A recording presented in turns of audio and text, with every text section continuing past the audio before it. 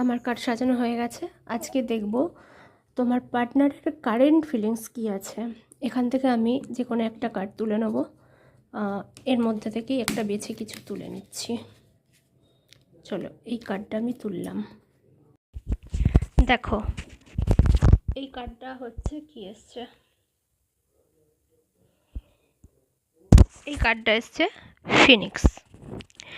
অর্থাৎ যে আগুনে পুড়ে ছাই হয়ে গেছে সেখান থেকে আবার নতুনভাবে জন্ম নেওয়া।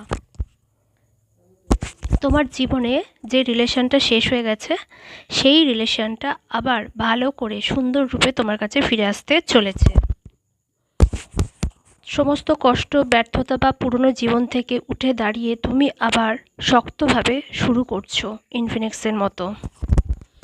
তো এই কার্ডটি তোমাকে বোঝাতে চাইছে যে তোমার যে পার্টনার আছে সেই পার্টনার তোমার কাছে ফিরে আসতে চলেছে।